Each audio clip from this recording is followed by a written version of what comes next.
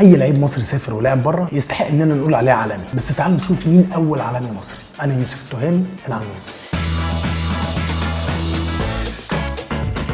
شاب صغير من منطقة الحسين في القاهرة، مواليد 1880، دخل مدرسة السعدية وفشل انه يحصل على شهادة الثانوية العامة، فابوه قرر يسفره انجلترا عشان يكمل تعليم. ومن هنا بتبتدي قصة واحد من اهم العلامات في تاريخ الكرة المصرية، حسين حجازي، اللي نتيجة موهبته الرهيبة خلت نادي دولويتش هاملت يضمه في سنة 1911، وفي نفس السنة انضم لنادي فولهام الانجليزي وسجل جون في مرمى ستوكبورت كاونتي اللي انتهى الماتش بنتيجة 3-1 لصالح فريق حسين حجازي. وبسبب الجون ده قدر ينضم حسين حجازي لمنتخب الجوالة الانجليزي. حسين حجازي لعب اول ماتش دولي ليه قدام اسبانيا سنه 1912 قبل ما يرجع نادي السكه الحديد بسبب الحرب العالميه، وبعدها بيكون حسين حجازي هو السبب الرئيسي في تكوين منتخب مصر لكره القدم. ده غير انه كان واحد من مؤسسين اتحاد الكره المصري وعضو فيه سنه 1921. والعالمي حسين حجازي ده كان واحد من اهم الاسباب في وجود منافسه تاريخيه بين الاهلي والزمالك، وهقول لكم ليه بعدين.